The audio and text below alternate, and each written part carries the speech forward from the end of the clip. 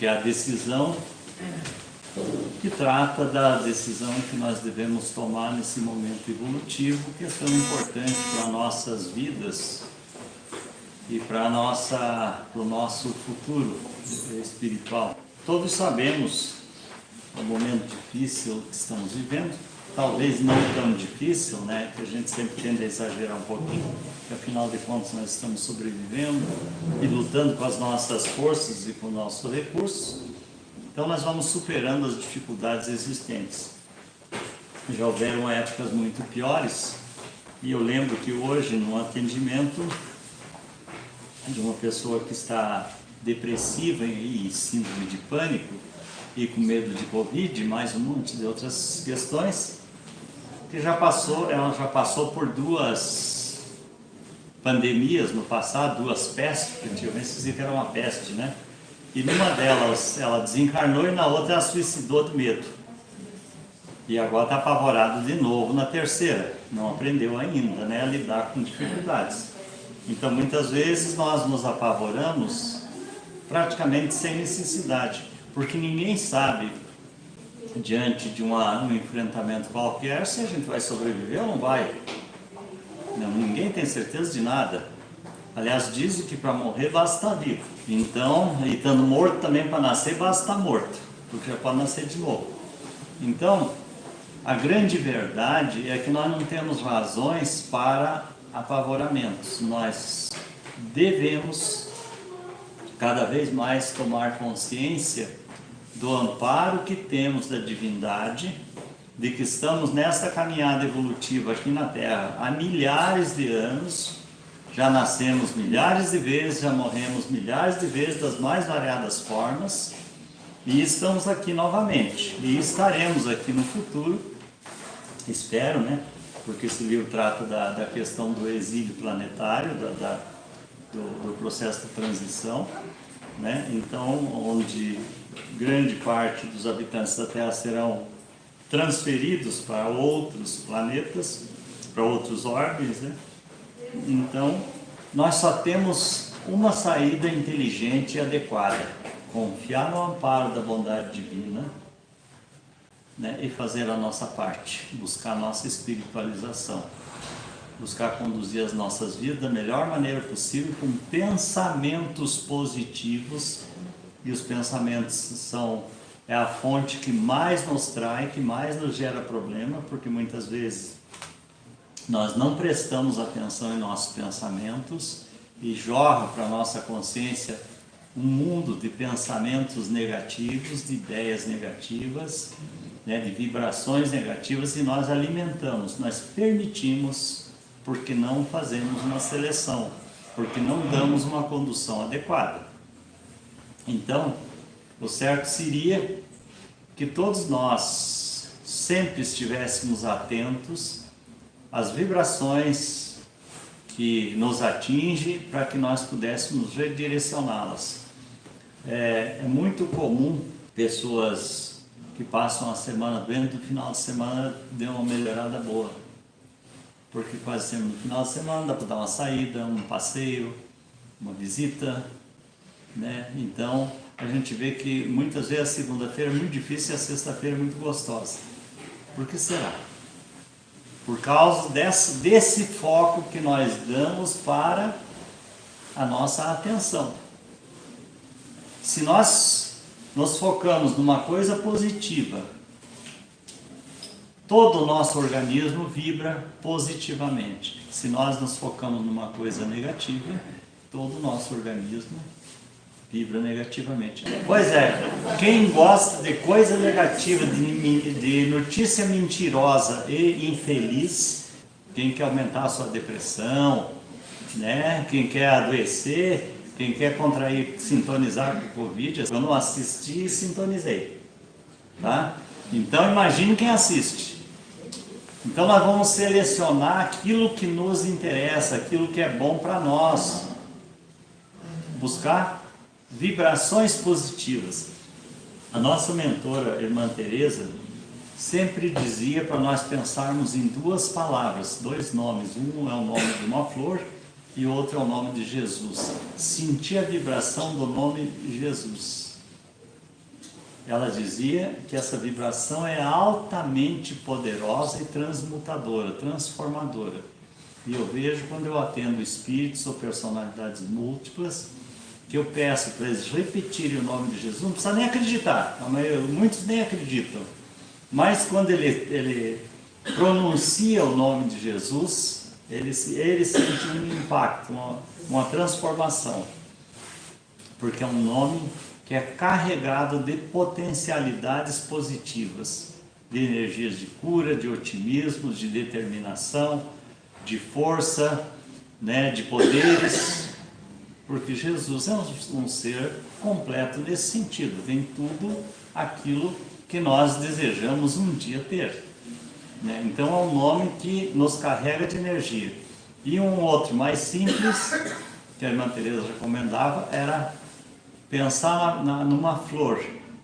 A própria palavra flor é de vibração altamente positiva, e a flor tem cores, tem perfume, tem delicadeza, tem vibração altamente positiva,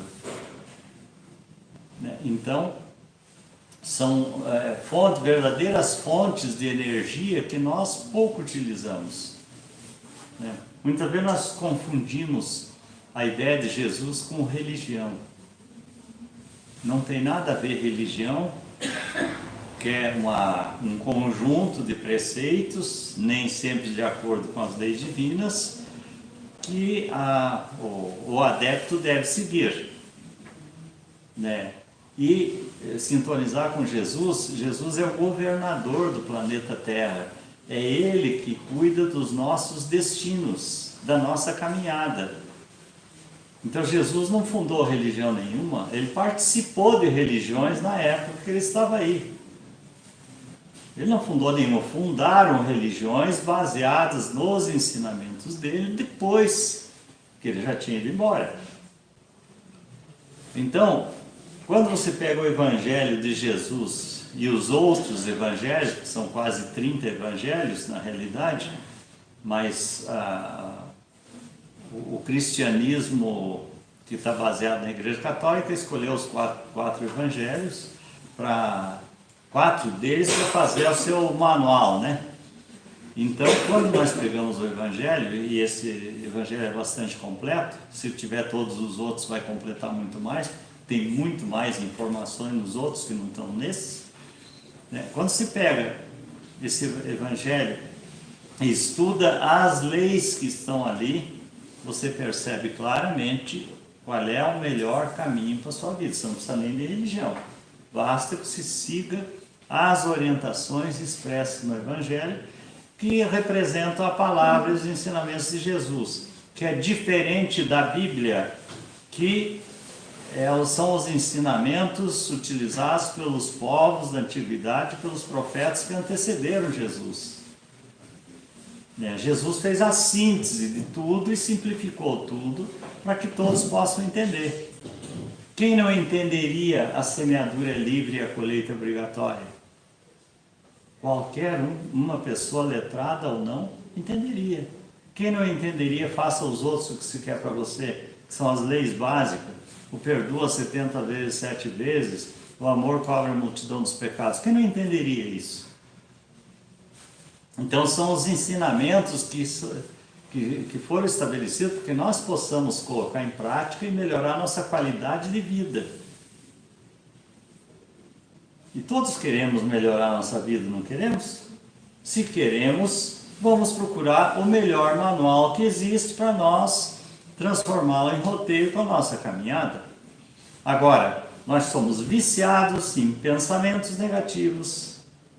Nem é só viciado, nós somos descuidados. Porque quando vemos, muitas vezes começamos uma prece e na metade da prece já viajamos para outro lugar, para outra história, para outra coisa. Que é comum isso. Então você vai fazer uma prece na hora de dormir, se dorme e a prece começou só nas 2 primeiras palavras, depois você dormiu. Por causa da nossa mente viciada, palavras que nós utilizamos que são negativas. E eu gosto sempre de chamar a atenção para uma das mais comuns que nós utilizamos quase a vida inteira, sem nos darmos conta, do efeito e da programação que ela estabelece em nosso psiquismo. É aquela que quando você encontra alguém, você diz, oi, tudo bem? E outros, mais ou menos. Já desfia um rosáriozinho de reclamações. Começa com o prefeito e vai migrando. Vai para o governo do estado, vai para o presidente da república. Daí a pouco já está lá nos Estados Unidos, reclamando de lá, do que acontece lá. Porque nós somos viciados nesse tipo de coisa. Então, você fala, oi, tudo bem? Mais ou menos. Em 10 anos que você repita mais ou menos, você automatiza isso em você. E aí você quer reclamar da vida depois? Quem é o responsável pela sua vida? Pela boa condução da sua vida? É Deus? Não, é você. Deus nos dá a inteligência, os recursos, mais ou menos, dependendo da nossa necessidade. E quando eu falo da nossa necessidade, essa necessidade é uma coisa muito ampla. Depende do que eu tenho que aprender. Se eu tiver que aprender economia, economizar, otimizar, multiplicar recursos, Deus vai reduzir todo o meu salário o mínimo possível para que eu faça o máximo com ele. Eu tenho que fazer o máximo com ele. Tá? Então, se eu tiver que aprender a me conter num vício de alimentação ou vício de bebida, eu virei com um problema de saúde ligado, que vai me impedir de eu comer demais ou até de beber. E por aí vai. Muitas vezes pessoas preguiçosas, de má vontade, renascem paralisadas, porque aí ela vai ter muita vontade de se movimentar, mas não pode. Quando podia, não fez. Agora a lei divina vai corrigir isso. Então nós tiramos um movimento para a pessoa ficar esperta. E por aí vai. Então é uma sequência de ações das leis divinas que é para o nosso bem, para nos corrigir. Pessoas que nunca respeitaram os sentimentos dos outros passam a vida normalmente sem nada. Quando eu digo sem nada, não é que não vão ter um par evolutivo, claro que não vão, mas não vão ter sentimentos de ninguém, nem amizade consegue. Por causa do desrespeito ao sentimento do outro. Então, se nós estamos sabendo disso, que a lei funciona assim, que é a lei da semeadura, nós já começamos a corrigir o nosso roteiro, a nossa caminhada.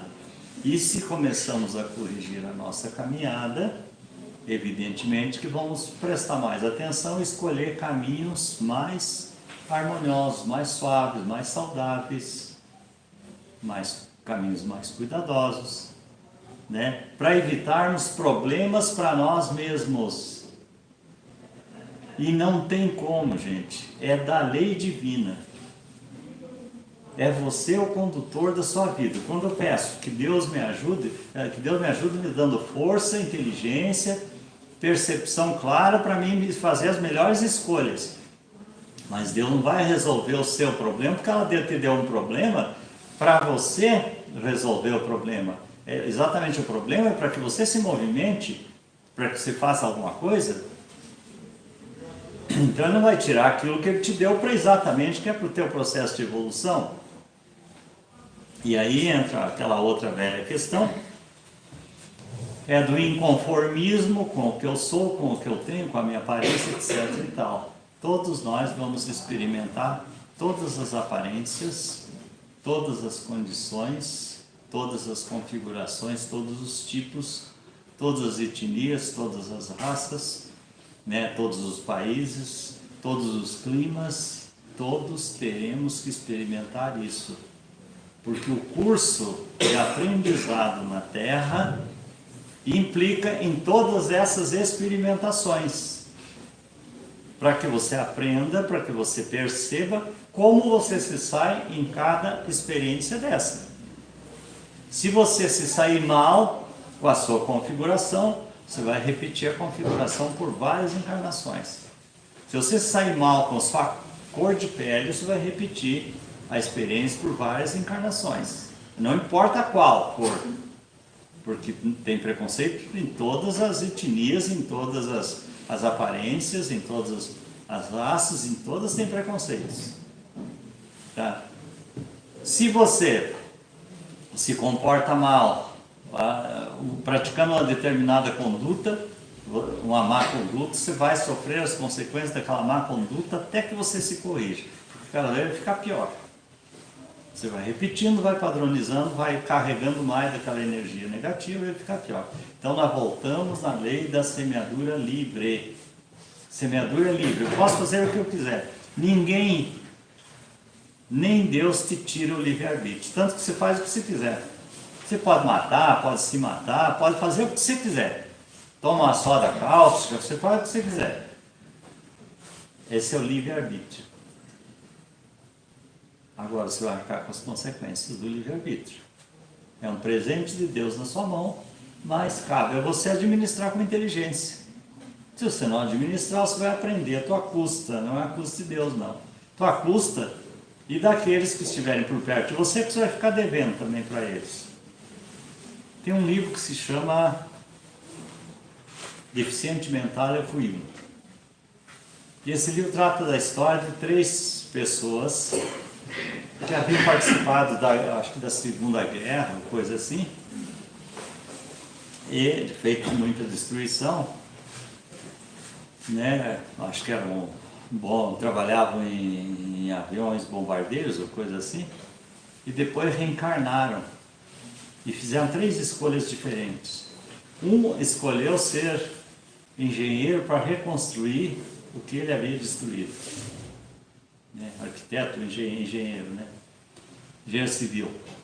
O outro escolheu ser médico, foi trabalhar no Médicos Sem Fronteiras, porque estava restaurando também os estragos que fez. E o terceiro, em processo de punição e de inconformismo, escolheu ser retardado mental. Então aquele foi o menos inteligente de todos, porque ele acabou devendo para mais aqueles pais que tiveram que cuidar dele. Ele ficou com uma dívida maior ainda do que já tinha, não pagou a conta, não começou a pagar a conta e ainda aumentou a dívida. Faltou inteligência e faltou confiança no amparo superior, que a lei divina pede que você acerte as suas contas, e ela te levará a você acertar, querendo ou não. Né? Você tem o livre-arbítrio de fazer a coisa, mas depois você vai acertar a sua conta. Né? Então a semeadura é livre, mas a colheita é obrigatória. Então essa consciência nós precisamos ter agora e utilizar muito mais do que até então, em virtude do momento evolutivo que nós estamos vivendo, porque os espíritos já estão dizendo que o processo a condição da Terra de planetas de provas e expiações já não existe mais, agora já é regeneração. E quem está reencarnado agora criando problemas são aqueles espíritos que foi dado a última chance, que prometeram, queriam fazer o possível para cooperar, para se endireitar, porque não querem ser exilados. Se falharem, serão mandados embora. Se conseguirem se administrar com relativo sucesso, permanecerão na Terra fazendo a sua evolução. Para a lei divina não importa se é o seu grande amor ou não, porque esse é o amor divino em ação, e o amor divino é pedagógico, é terapêutico, né? É educador. Então ele vai te colocar onde você precisa estar, independente daquilo que você considere perda ou não. Eles dizem o seguinte: quem fica vai arranjar outros laços de afeto, e quem vai também vai arranjar lá onde for. Vai ser mais duras as condições lá onde ele for? Vai. Mas ele escolheu. São escolhas. Perante a caminhada evolutiva, nós vivemos de escolhas. Então eu vou ler um pouquinho daquilo que o Espírito que está passando as orientações aqui na fase final desse livro, e as orientações dizem o seguinte: a musicalidade continua. Eles muitas vezes colocam as leis divinas como música, né? Porque elas são orientadoras, pacificadoras, harmonizadoras e só trazem alegria e felicidade. Nós é que rejeitamos. Então é colocado dessa forma muitas vezes. Então ele diz: a humanidade terrena que se conjuga e complementa nos dois planos da vida sofrerá uma mudança de natureza vibratória que imprimirá um aumento na frequência de sublimação do ser, com capacidade de executar novos acordes para manifestar a sua qualidade divina, como autêntico instrumento de Deus a lhe retratar a capacidade criadora. Então, comentando um pouquinho sobre esta primeira resposta. A humanidade sofrerá uma mudança de natureza vibratória que imprimirá um aumento da frequência de sublimação do ser, com capacidade de se executar novos acordes, ou com a capacidade de nós fazermos coisas que nós nem imaginamos ainda. Aumentar os nossos potenciais. O Evangelho de Jesus já coloca: vós sois deuses, podem fazer o que faço e muito mais. Isso é Jesus falando. Ora, o que ele fazia todo mundo sabe, e se ficar, já o povo ficava maravilhado. E o muito mais, o que será? Será que é o estrago que nós fazemos nas nossas vidas, utilizando essa força, esse poder divino? Nós podemos fazer mais que ele, fazendo, agindo positivamente. Só depende de nós mesmos. Então, por isso a importância de nós estudarmos um pouco dessas leis, de nós conhecermos a nossa natureza, identificarmos as nossas dificuldades, as nossas deficiências e estimular, trabalhar as nossas virtudes, porque nós só temos a ganhar com isso em termos de saúde, de harmonia, de equilíbrio, de paz interior, né, de prosperidade, porque é lógico e claro, se nós estivermos com a nossa inteligência mais livre, mais perceptiva, nossas capacidades, nossa saúde, nós vamos render mais em todos os sentidos.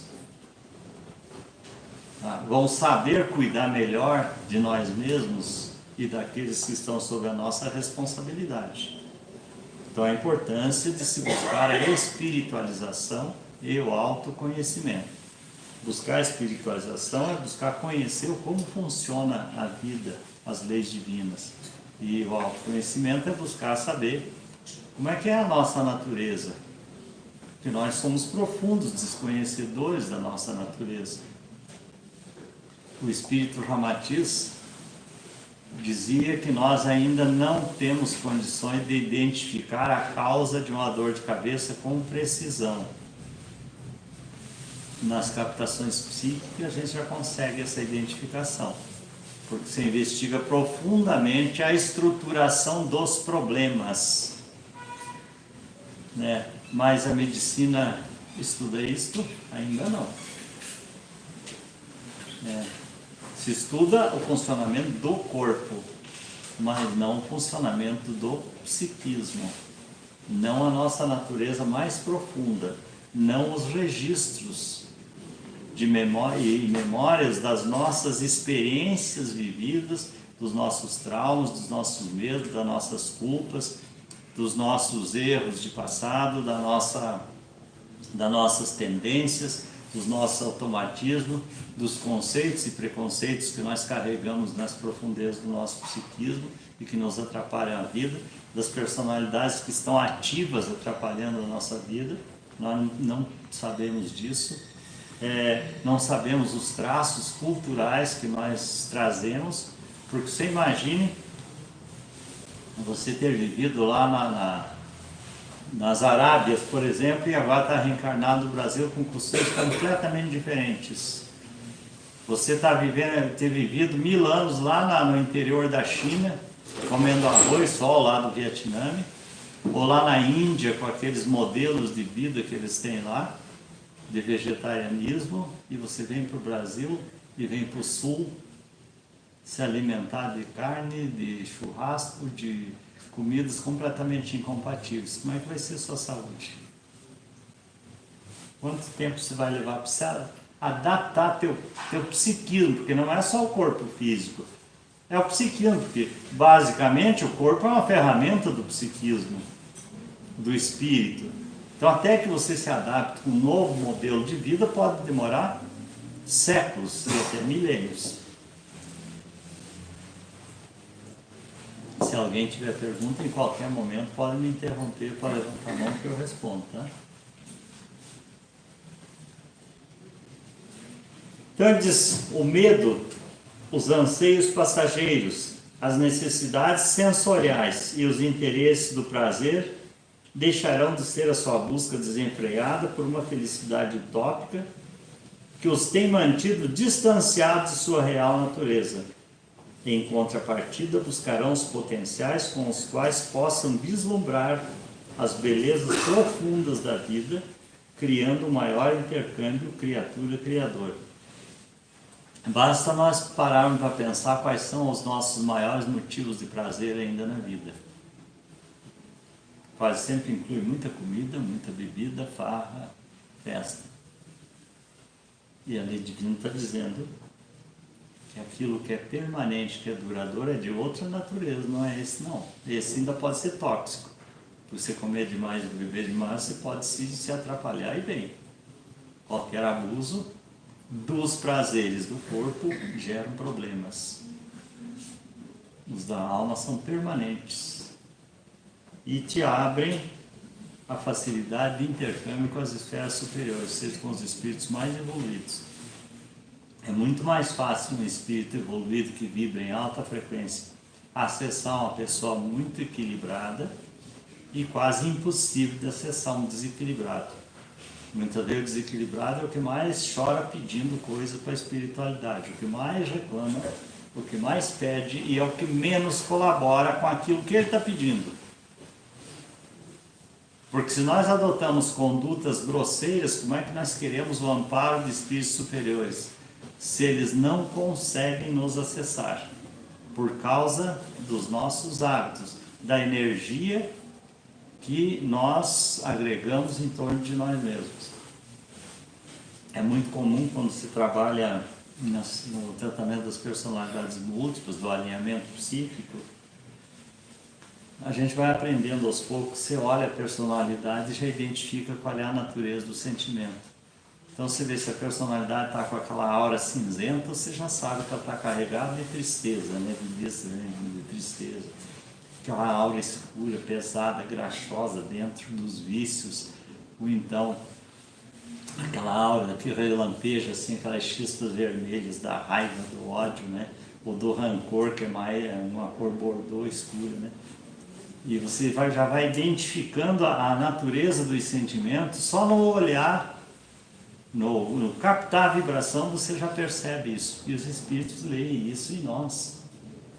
Então, se nós adotamos hábitos grosseiros, alimentação grosseira, palavrões como parte da nossa alimentação espiritual, pensamentos negativos, e depois vamos pedir socorro para espírito superior, de que jeito que eles vão poder ajudar? O espírito Ramatiz coloca isso de uma forma seguinte: